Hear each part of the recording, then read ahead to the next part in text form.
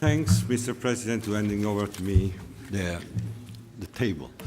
So, as everybody has heard, we are a little bit under time pressure. So, it's a pleasure for me to chair this panel, which is really, it's an exciting kind of debate that is developing today. So I think that this panel should be able to give further point debate, and probably will give other point of view, especially having the honor having here Mr. Masip Hidalgo, who is the rapporteur, as you said, as you heard before, of the jury report to the Parliament. We have also here Nathalie de Basaldua from the Commission, and we have also Andrew Brown and Christopher Humphrey in our panel.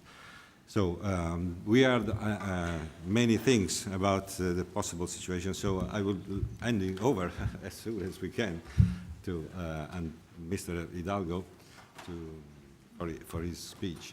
He will give us his views about the key points of this report that will be in vote in the next few days. Thank you, Chairman. Bon, moi, je vais parler en français. C'est possible, non? Oui. Alors, moi, je vais vous dire, d'abord, je suis venu du Parlement. Si vous connaissez Bruxelles, entre le Parlement et cet auditorium, il y a une grande église. Alors, je pensais que je dois vous faire un aveu, et après je dois y aller en confession à l'église. Je dois vous faire un aveu, parce que je suis plus d'accord avec le discours, avec l'intervention de M. Michel Barnier, le commissaire européen, qu'avec mes propres papiers. C'est-à-dire, vous verrez mon information, mon rapport, il s'appelle le rapport Masip Hidalgo. C'est in English, the last name is Hidalgo. Non, the last name in Spanish is Masip. Le rapport, c'est Masip Hidalgo. Bon. Mais moi, personnellement, je ne suis pas tellement d'accord avec moi-même. Je suis plus d'accord avec M. Barnier. Alors, M. Barnier vous a dit avant, il faut faire attention à ce qu'il pense au Parlement, parce qu'on a la co-législation entre le Parlement et le Conseil des ministres. Et nous sommes, il a dit, il a été très généreux, il a dit, bon, ils sont très importants, les mots qu'il peut dire, les paroles qu'il peut dire M. Masip Hidalgo. Bon, les ministres sont 27, mais le Parlement, le parlementaire, le membre du Parlement, nous sommes 750. Alors, vous savez, il faut tricoter, il faut faire pour arriver à un papier qui a mon nom. Il faut faire l'équilibre. Et moi, quand j'étais petit en France, en Normandie, à Deauville, je rencontrais, j'étais très petit, j'ai rencontré des gens qui tricotaient, des hommes qui tricotaient. Ils parlaient avec les dames à la fin de la journée. Moi, je n'ai jamais vu après. Mais à Deauville, je me rappelle, aux années 55, 56, ils tricotaient. Alors, moi que je suis maintenant avec je suis handicapé maintenant, alors ma femme qui est médecin m'a dit, bon, pour toi, ça serait très bien de tricoter. Parce que tu récupéreras le bras gauche, et tu pourras faire tu tricotes un peu le fin de jour, à la journée, à la fin. Ce serait très bien pour ta main, ce serait très bien pour ton esprit. Et je ne peux pas arriver. Mais quand même, je suis en train d'arriver avec une seule main, et je suis en train d'arriver avec la main droite, je suis en train de tricoter au Parlement des informations d'un rapport qui a mon nom et qui est tellement faible devant le courage qu'a M. Michel Barnier. Et alors je dois faire l'aveu, je dois y aller à l'église, dire mes péchés, et je dois dire certainement que moi, que je suis d'une autre famille politique de celle de M. Barnier, je suis plus d'accord avec M. Barnier qui un autre membre du Parlement. Bon, ça c'est la vie, ça c'est la démocratie, et ça c'est les choses que vous connaissez de l'histoire parlementaire. Alors, je vous dis, mesdames et messieurs, comme on pouvait s'y attendre, le résultat final du rapport s'est éloigné de mes propositions initiales que certains d'entre vous, vous avez entendues au Charlemagne quand j'ai parlé il y a quelques mois.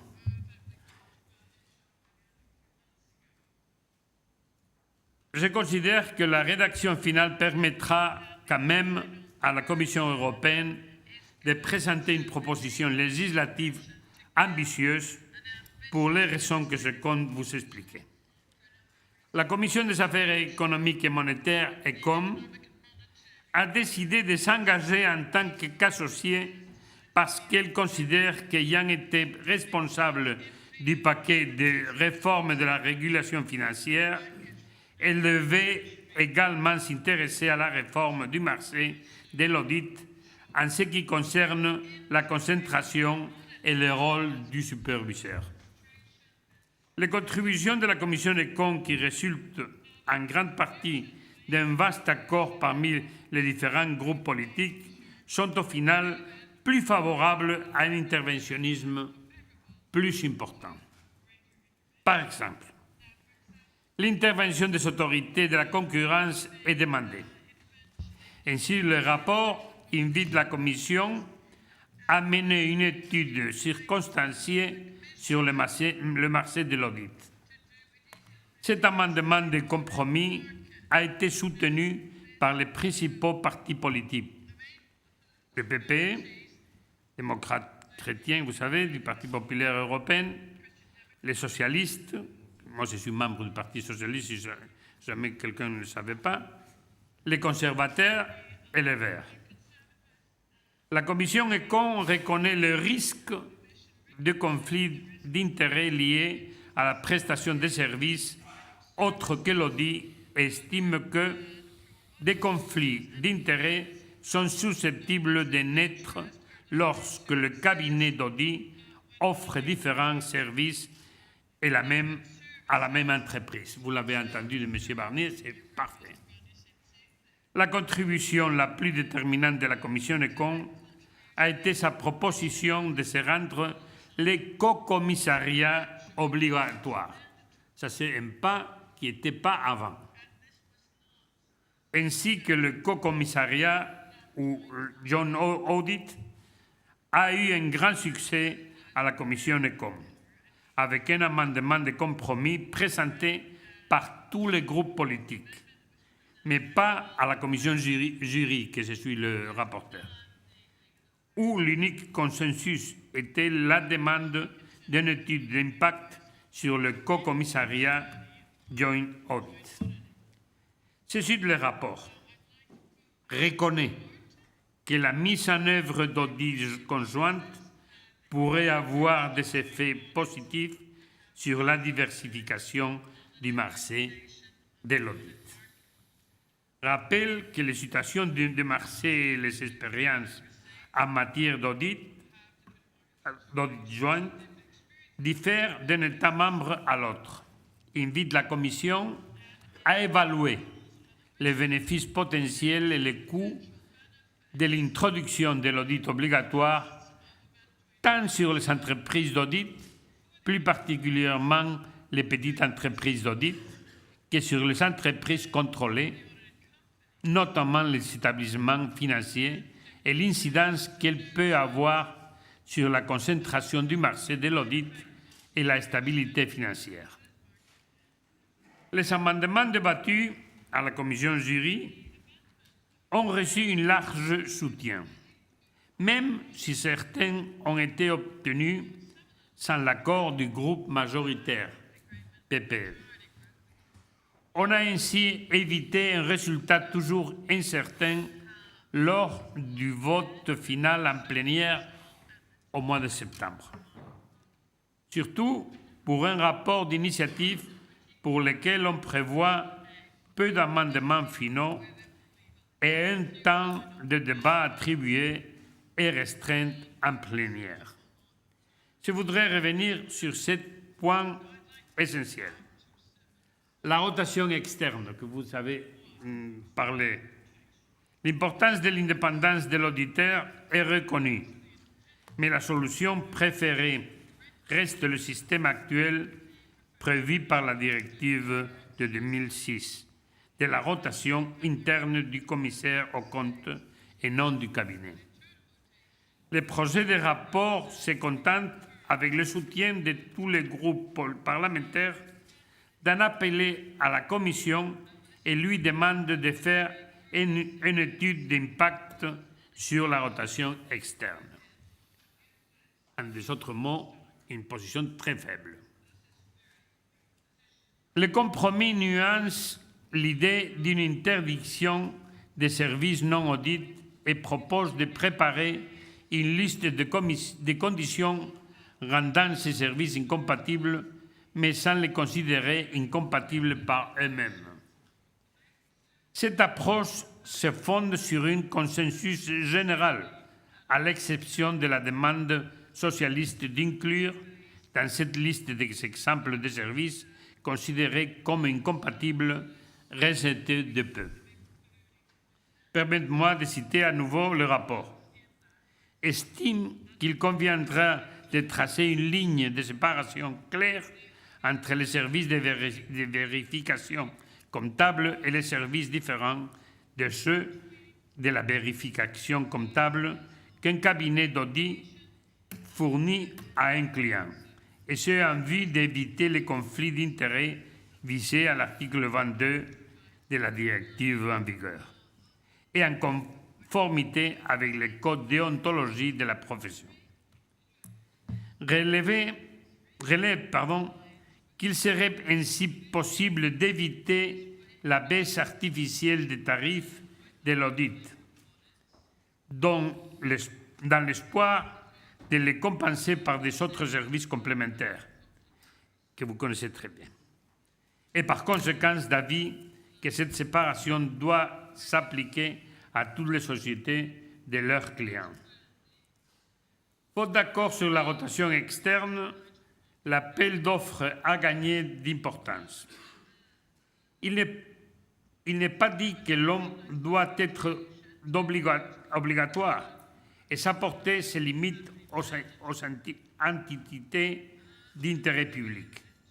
Cependant, le projet de rapport suggère d'augmenter le nombre de cabinets consultés lors d'un appel d'offres, dans le cas d'appel d'offres d'entités d'intérêt public, qui soient plus de ces 4 grands, les Big Four.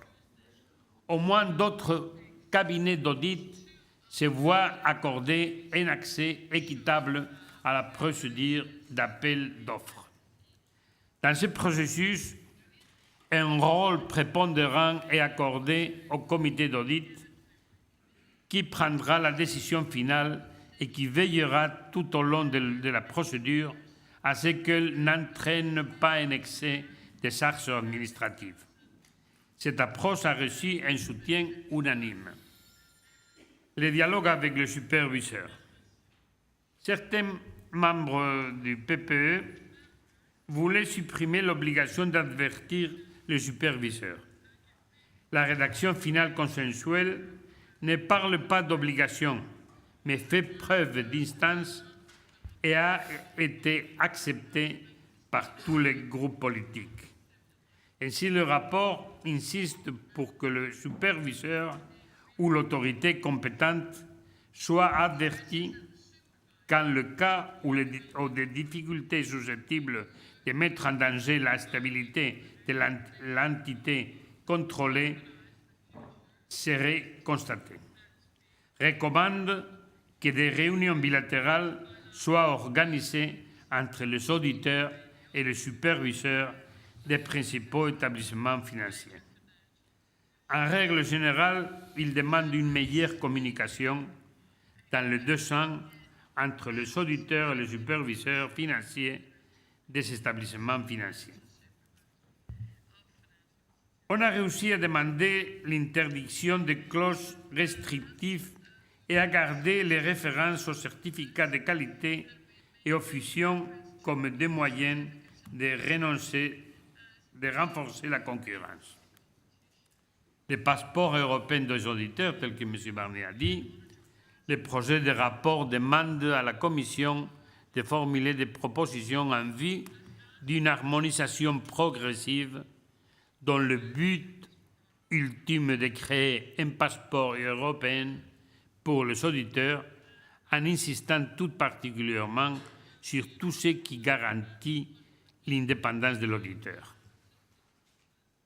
Mon propre amendement sur l'adoption accélérée des normes internationales d'audit a été majoritairement accepté. Le projet de rapport note les bénéfices de ces normes internationales d'audit, ce qui a fait l'objet d'un large consensus. Il me paraît important de citer le texte du rapport sur ce point également.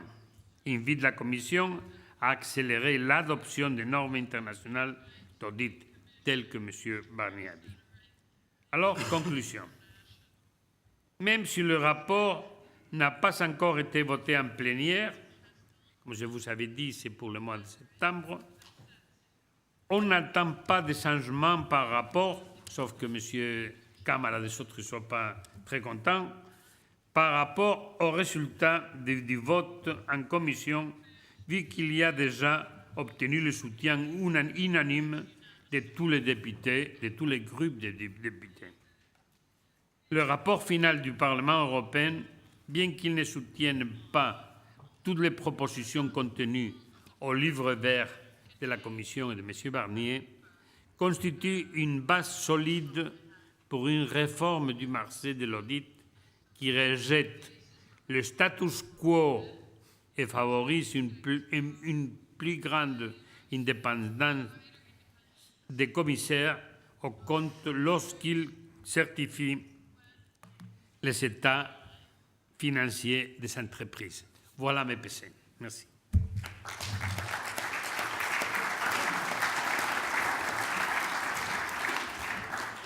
Thank you to Mr. Masip Hidalgo for his presentation of comprehensive regarding all the points which are really highlighted in the report and and explaining to us how it's the alignment with Mr. Barnier. So now I would like to introduce to you Mr. Andrew Brown, which is the president of the European Group of International Accounting Network and Association. And he's also a member of the Institute of the Chartered Accountant of Scotland. So, Andrew, if you would give us your statement. Thank you, Mr. Chairman, and good afternoon, ladies and gentlemen. I'm delighted to have this opportunity to present the views of Aegean on the issues which are being debated.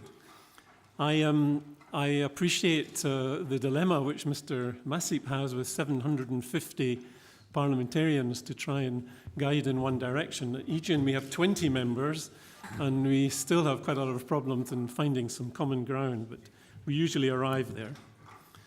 I just want to preface my remarks also by saying that we need to remember that we're here trying to find solutions to a problem which is perceived by the regulator. And I think that is important to remember. Two of the previous speakers, obviously the Commissioner and Brendan Nelson, a fellow countryman of mine, presented us with some quite different views on some of the issues which are on the table.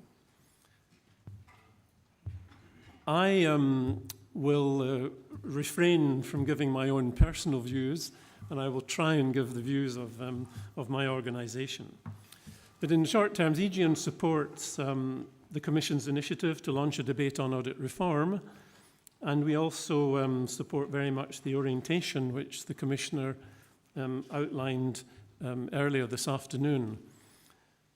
The audit profession is and always has been a highly regulated profession where the overwhelming emphasis in recent years has been on issues such as qualifications, standards and oversight. The light-handed regulation of the market dimension has resulted in a situation whereby there are probably too few players auditing the largest private sector companies. There's now a wide agreement that this situation poses an unacceptable risk to the continued working of the capital markets. If one of the larger audit networks fails or even leaves the audit market for whatever reason. A recent survey has shown that 67% of audit committee chairmen and CFOs who were polled actually agree, and I quote, that the failure of a large audit network would pose a systemic risk to the sound operation of the capital markets. The European Commission's Audit Green Paper does express a similar sentiment. And it is against this background of risk that regulators are now looking for solutions. It is Aegean's views that regulatory intervention is now essential to open up new opportunities for new players, especially at the top end of the listed markets, where the companies involved themselves represent a high level of systemic risk to our economies. Aegean supports the reform for the EU audit profession. Our position is now set out in a policy paper which we have prepared and I hope agreed for this event, and which is now available on our website, which is a very simple one. It's aegean.eu. We urge regulators to strive to bring about a more balanced choice in the audit market of large listed companies.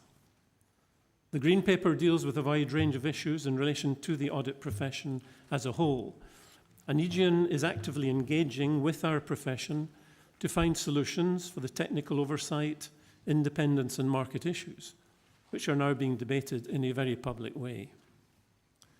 The whole of our profession must aspire to the highest quality and build unrivaled confidence in the work we perform. In these troubled economic times, the greatest contribution an auditor can offer to the public interest is to perform the best of audits and explain in understandable words how he or she actually did it and the conclusions reached. The regulation of the market will not be straightforward for the profession to work on together. That being said, there is now clearly a need for change and we support many, if not most of the ideas that the Commission has put forward for discussion and debate. And the final point I want to leave you with is that we believe the current position is not sustainable and will deteriorate if nothing is done now. Regular intervention is now absolutely essential for change to happen, and there are regulatory solutions which should look at areas like regular tendering, joint and shared audits, and the abolition of restrictive practices, such as those to be found in bank covenants. Now, I think one or two of the speakers have said that one of the areas for change will not effect change. What we're looking at and we support is a package of measures, and it's only a package which will overall effect change. Thank you very much, Chairman.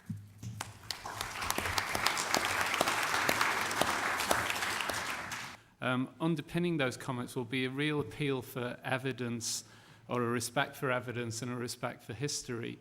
And finally, I think also I'd like to just make some comments about the relationship between the audit market and the audit profession. With respect to the complexities and challenges, I think it's important to make sure that in any discussions we move beyond bland statements or statements that nobody can disagree with, such as, we believe in increased competition and choice so long as it doesn't harm audit quality. That's like saying you believe in good reforms. Well, everybody will believe in good reforms. The crucial thing with any of these developments is to make sure you get it right. And to know if you're going to get it right, you need to have a good evidence basis. And so any reforms that are being proposed from an academic perspective, you will get challenged from people on the basis on which you're making those recommendations. Are they gut feelings? Are they proven as to the best of sort of possibilities? And within that, I think it's very important to consider that you don't necessarily have to implement blanket change. There is scope for experimentation. If particular initiatives work in certain countries, understand why they work in certain countries. If they don't work in others, again, know why they don't work in others. Applying something on a gut feeling that it's going to work, but with a poor evidence basis, is quite a risky reform. I think it becomes even riskier when you're in a position. I mean, this has been a very complicated process for me preparing for this panel, because it's not clear as to where the balance of views stand. It's very obvious that there's a range of views. There's some people who will clearly want to engage with the Commission's agenda and come up with new sort of structures and systems to implement what regulations, as Commissioner Barnier has indicated, are on the way. There's other people who feel that, you know, we still don't know enough, and it's a bit dangerous to push ahead without knowing more about the likely consequences, and they may well be resisting reform. And the regulatory research would say that any regulator and those being regulated need to be clear on issues of mindsets. If you implement regulation, the crucial thing is that it has an impact, and it has a positive impact. But you can have a regulatory mindset which is sort of an opportunistic reaction, i.e. you try and take advantage of particular new regulations. You may have responses to regulations which are sort of highly defensive. You might have reactions which are very compliance-oriented, so you implement the basic requirements of the regulations, but you don't follow the overall spirit. You might find people being very defiant and deliberately trying to work the way around the regulations. So understanding a regulatory mindset is very important. I think in terms of respect for history, this is not a new issue in a number of countries. And so I think there are opportunities. There's a whole variety of reports. Many of the questions that are being asked are not new questions. And I think one problem that the profession has is when it knows that there are a variety of views amongst the profession, it makes it quite difficult to respond in public, and you get a lot of contradictions and differences of opinion, or you get no real discussion at the heart and meat of the issues. Because people feel, well, maybe if we just hang in there long enough, we'll get an appropriate political compromise which won't damage us too much, and we'll live with it and work our way around it. So I think it's crucial that when you are looking at these things, make sure you respect the history, make sure you respect the evidence basis. I very often tell my students, if a reform has 5 plus points and 5 minus points, you cannot conclude that it's a good reform or a bad reform. It will depend on how it's implemented. And I think it's a very simple message, but a very important one. I think as well is that in the Green Paper, there does seem to be a tendency in terms of the approach that we seem to be spending a lot of time looking at how to deal effectively with failure or the next failure. I would like to try and emphasize a bit more positive approach, which tries to say, let's live well. Let's get things working better. Not planning for the next failure, but making sure that what you're doing is sustainable in the future. And I think that, to me, I understand the complexities if there is a failure, but I think it's very important to know that what you're doing is constructive and going to develop things in the future. So if you have a vision, make sure it's a compelling vision, make sure it works. And my last point then would be really to move on to the issue of the audit market and the audit profession. And in doing a bit of research for this, I got hold of a few old audit textbooks and looked in the index to find what they said 50, 60 years ago about the audit market. The word audit market doesn't appear in the textbook index, okay? But a word that does appear a lot is profession. Very interesting when you look at Fee's brochure for the conference, the word audit market doesn't appear on the cover of the brochure, but concepts like professionalism, independence, objectivity, integrity appear on the brochure. Those are the values that, in a sense, I think the profession needs to be getting much more into the debate on this reforming process. And if I had to try and conceptualize that, I think some of the reforms are trying to resolve things from the outside looking in. I would like to see reforms that are resolving things from the inside looking out. And that means talk more and get to know more about the sort of arena in which professional judgments are being exercised. And I think across all the speeches today, you've had a variety of viewpoints on what regulatory reform might work and not work, but there is an underlying spirit to many of the speeches that people really recognise this is an incredibly complex arena with an incredible amount of good work being done, but a lot of challenges and issues to address. So I would like to have a multifaceted approach to reform and not just see everything relying on some quick fix regulations, and hopefully getting into the arena much more knowledge about the way in which audit professionals make their decisions, how audit practice innovates and develops through a variety of initiatives. And the scope there for making more visible regulatory findings, the scope for more research, the scope for experimentation. Thank you.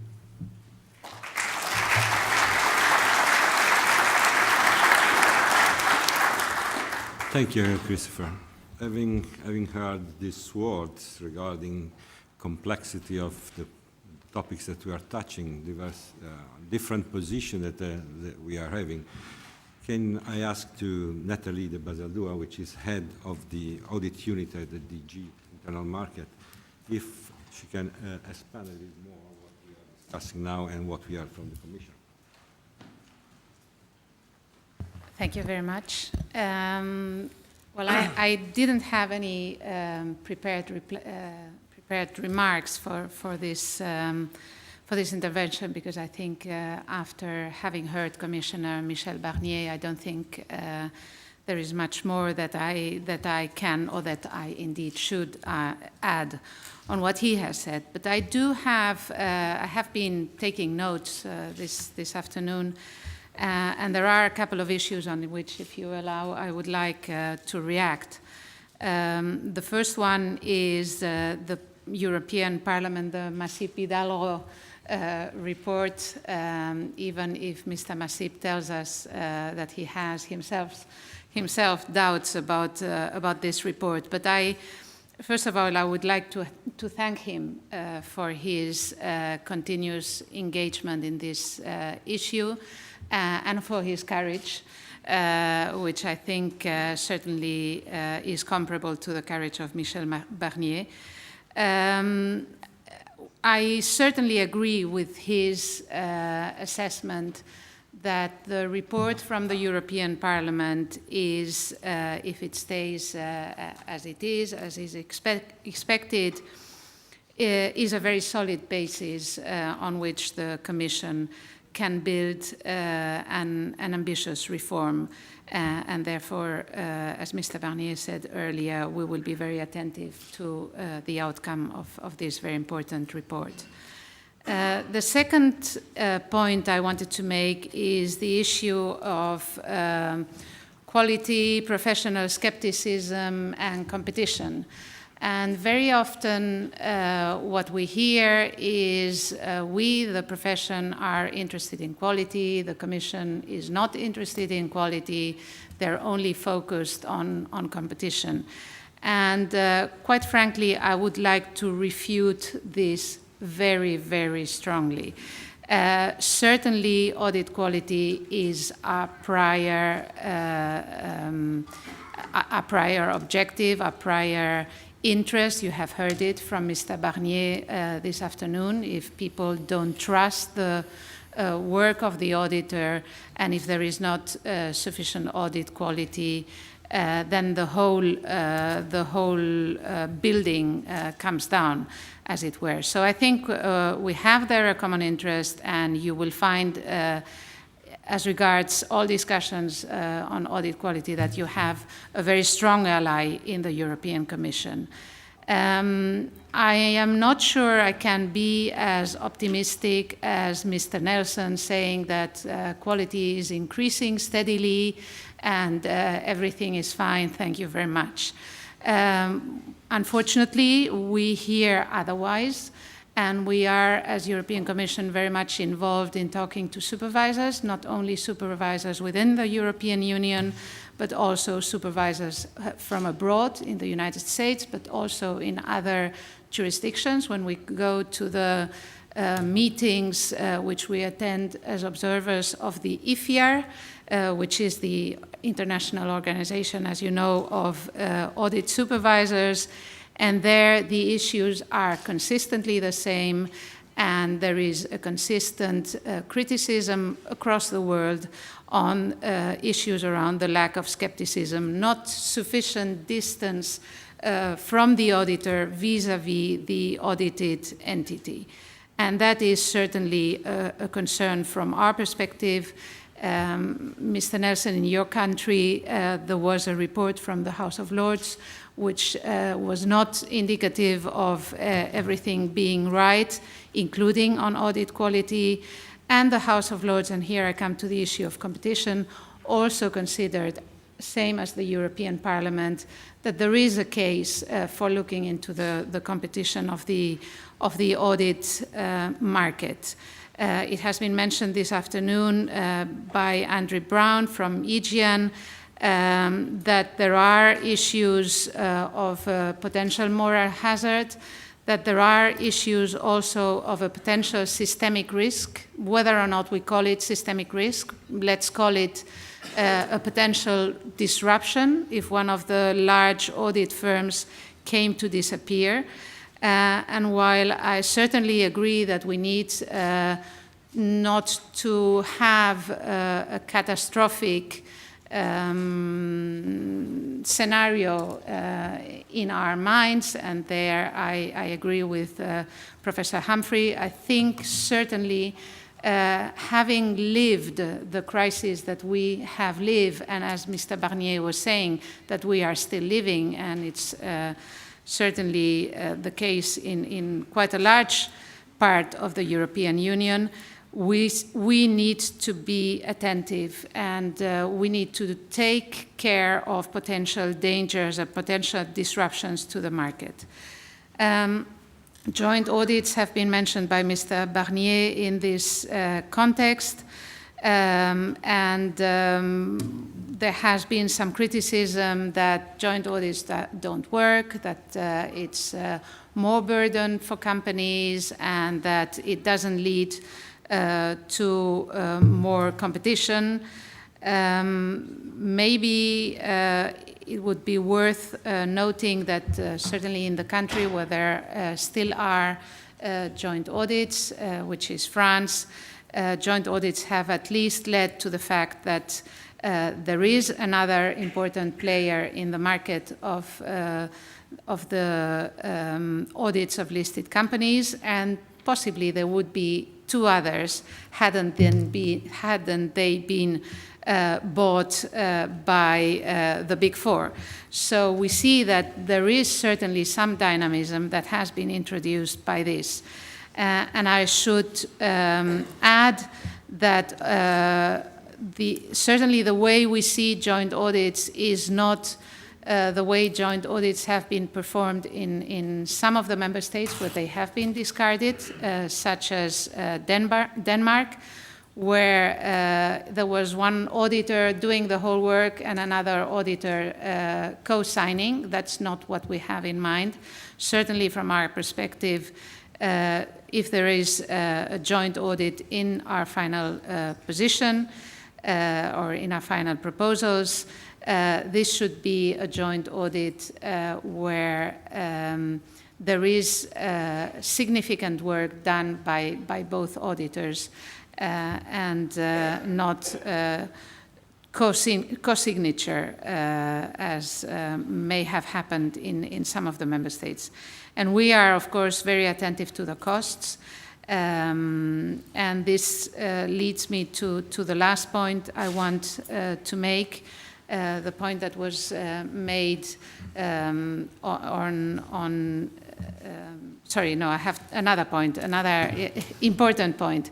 I wanted to react also on the audit committees, because I think that is a very important matter that has been, that is in the current text of the European Parliament, and that you have raised also, Mr. Nelson. And certainly we think it is an important issue, and I don't know why you say that there is skepticism in the Commission, as regards joint audits, if we have given that as regards audit committees, sorry, if we have given that impression, then I'm sorry for that, but it is not the way we see it.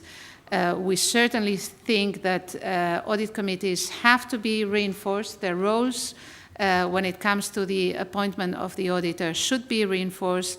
Their independence, the skills of the audit committee, that they have at least one person who understands the issues around auditing, that they can ask the relevant questions.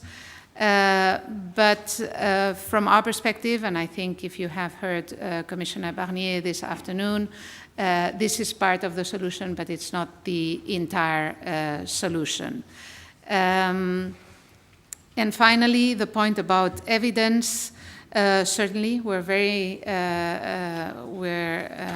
at the moment working very much on that. Certainly, whenever the Commission makes proposals, the Commission has to justify those proposals, and we publish what we call an impact assessment. I don't think it is an overstatement to say that this impact assessment that we are preparing for this particular reform will be very closely scrutinized. And so we are certainly doing our best to collect the best evidence we can get. And I will leave it at that, because I think it is important to have some time also for questions from the floor. Thank you.